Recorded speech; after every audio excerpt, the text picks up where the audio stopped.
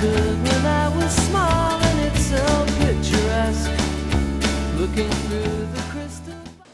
Ciao, and welcome to Gio's Paintbrush, where 5 minutes is all it takes to be blown away by one of the world's greatest artists. With the exception of Picasso, Claude Monet has the most recognizable name of any artist here in the 21st century.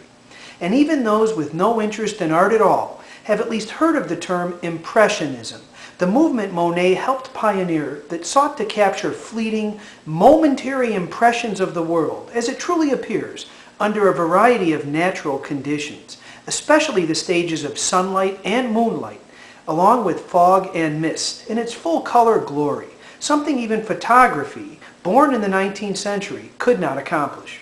Because these impressions are unique to a single time and place, and to a single viewer's eye, they are personal, powerful. They seem to possess a sense of memory, an ethereal, in-one's-mind quality to them. Perhaps because we too have seen light alter scenes before our very eyes. But until Monet and the Impressionists, we never saw them captured on canvas for us permanently. As everyone knows, Monet's ability to capture light and color as momentary impressions is unparalleled and remarkable for its depth and its beauty. Because of his intense interest in light and time, it was common for Monet to paint in series, capturing the same subject, such as haystacks on the French countryside, at different times of day and at different seasons. One such series was completed in London during the first few years of the 20th century, between 1900 and 1903, including the subject of today's show, Houses of Parliament, London, 1900 to 1901. I love this painting. Monet's masterful and gorgeous exploration of how London's legendary fog transforms one's impression of life in this great city is remarkable. He also offers a fascinating perspective on power and empire and man's ability to sustain these things over time, as he, through fog and mist and rising light, transforms the Parliament building, the symbol of the powerful British Empire at its peak, into something dreamlike, something ghostly, something ephemeral. Absolutely beautiful. Thanks for joining us.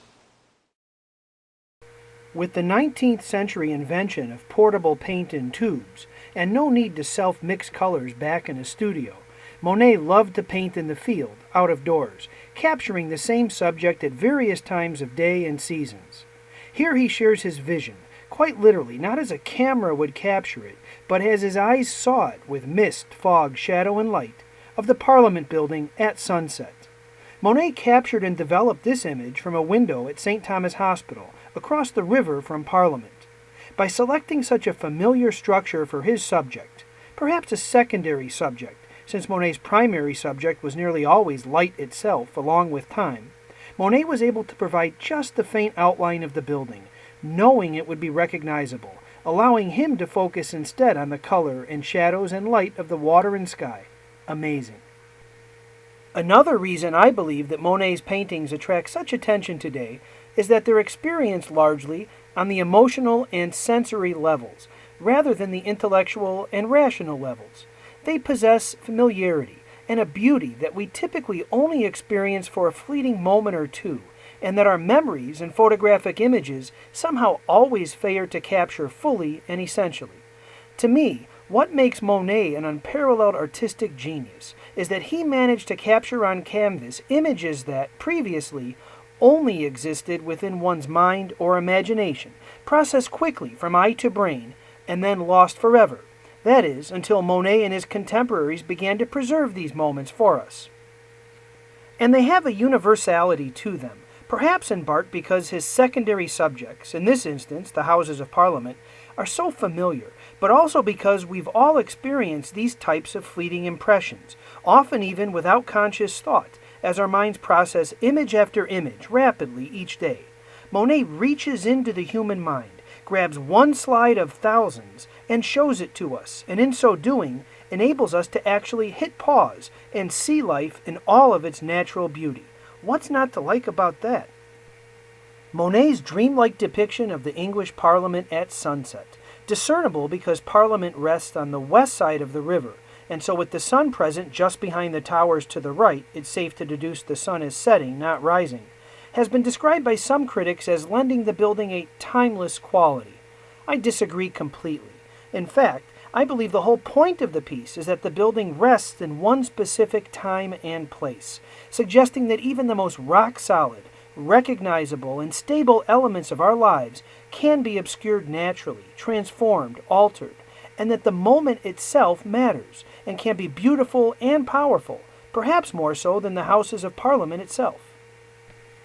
To me, Monet's work is not about being outside of time, but instead about time being fleeting, unseen, unappreciated, and lost.